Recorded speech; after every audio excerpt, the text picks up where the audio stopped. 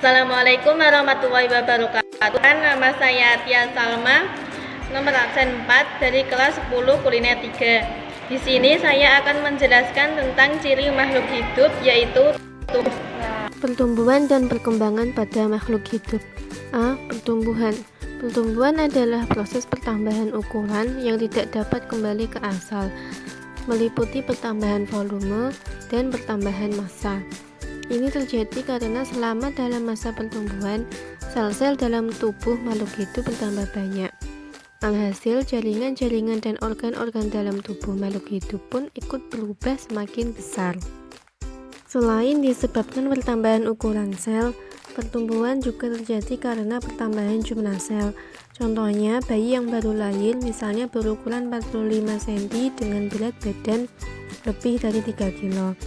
B. Perkembangan. Perkembangan adalah proses menuju tercapainya kedewasaan. Pada tingkat seluler, perkembangan dapat berupa diferensiasi sel-sel yang baru membentuk jaringan yang menyusun organ tertentu.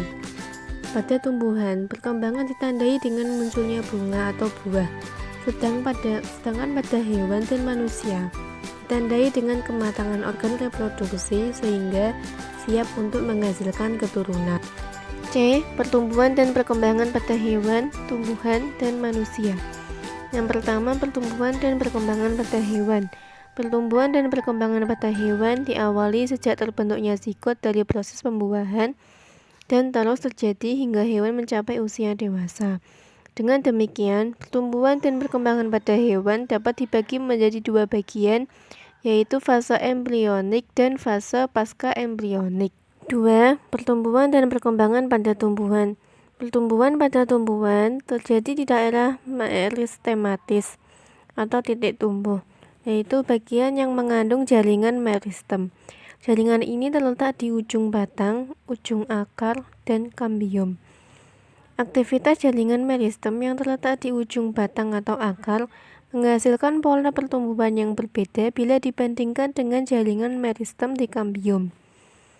Oleh karena itu, pertumbuhan pada tumbuhan dapat dibedakan menjadi dua macam, yaitu pertumbuhan primer dan pertumbuhan sekunder. Berikut ini merupakan salah satu contoh dari pertumbuhan pada tanaman bunga, yang dimulai dari benih, kemudian tumbuh tunas, kemudian muncul akar, kemudian muncul kuncup bunga atau bakal bunga, kemudian bunga mekar dan subur. 3. Pertumbuhan dan perkembangan pada manusia. Pertumbuhan manusia ditandai dengan bertambahnya ukuran berat badan dan tinggi badan. Sementara perkembangan manusia ditandai dengan perubahan keterampilan, kematangan fisik, emosi, dan pikiran menuju kedewasaan. Berikut ini contoh dari pertumbuhan dan perkembangan pada manusia, dimulai dari janin kemudian lahir menjadi bayi, kemudian tumbuh menjadi anak-anak, kemudian tumbuh menjadi remaja, kemudian dewasa, dan kemudian menjadi lanjut usia. Sekian dari saya, semoga bermanfaat. Mohon maaf bila ada salah kata maupun perbuatan.